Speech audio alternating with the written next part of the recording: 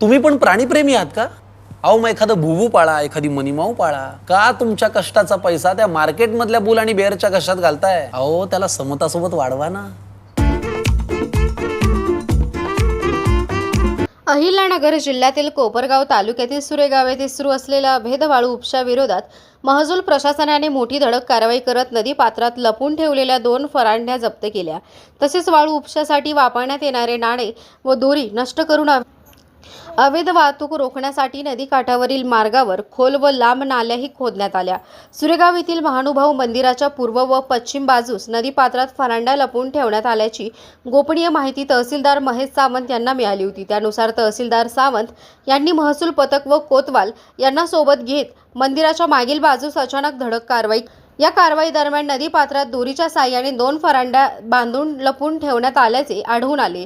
त्यानंतर ट्रॅक्टरच्या साहाय्याने दोन्ही फरांड्या बाहेर काढून जप्त करण्यात आल्या. तसेच अवैध वाळू उपशासाठी वापरण्यात येणारे साहित्य जागेवरच जाळून नष्ट करण्यात आले. भविष्यात या ठिकाणी पुन्हा अवैध वाळू उपसा होऊ नये यासाठी प्रशासनाने नदीकाठावरील मार्गावर खोल आणि लांब नाल्या खोदून वाहतुकीचा मार्ग बंद केला. मात्र प्रशासनाच्या धडक कारवाईनंतर वाळू तस्करांनी रात्रीच्या अंधाराचा फायदा घेत खोदलेल्या नाल्या पुन्हा बुजवून वाहतूक सुरू केल्याची माहिती समोर आली आहे.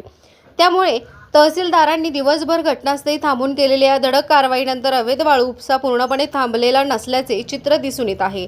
त्यामुळे या प्रकाराला कायमस्वरूपी आळा घालण्यासाठी प्रशासन कोणत्या ठोस व दीर्घकालीन उपाययोजना करणार याकडे परिसरातील नागरिकांचे लक्ष लागले आहे. दरम्यान या कारवाईबाबत तहसीलदार महेश सावंत यांनी अवैध वाळू उपसा विरोधात महसूल प्रशासनाची कारवाई यापुढे सुरू राहणार असल्याचे सांगितले. कोपरगाव एक्सप्रेस न्यूजसाठी सुनील ससाने, कोपरगाव.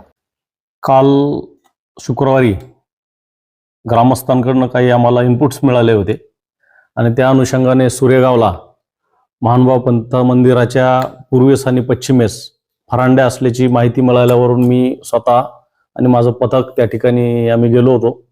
त्या अनुषंगानं तिथं आम्हाला मंदिराच्या पाठीमागच्या साईडला 2 फरांड्या नदीमध्ये आढळून आल्या आणि त्याचे दोर त्यांनी कापून दगडं बांधून नदीमध्ये पाण्यात टाकलेले होते.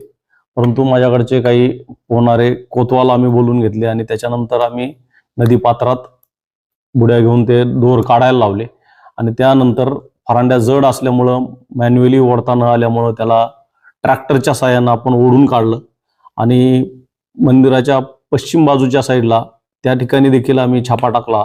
परंतु तिथं फरांड्या असल्याचे आढळून आलं नाही.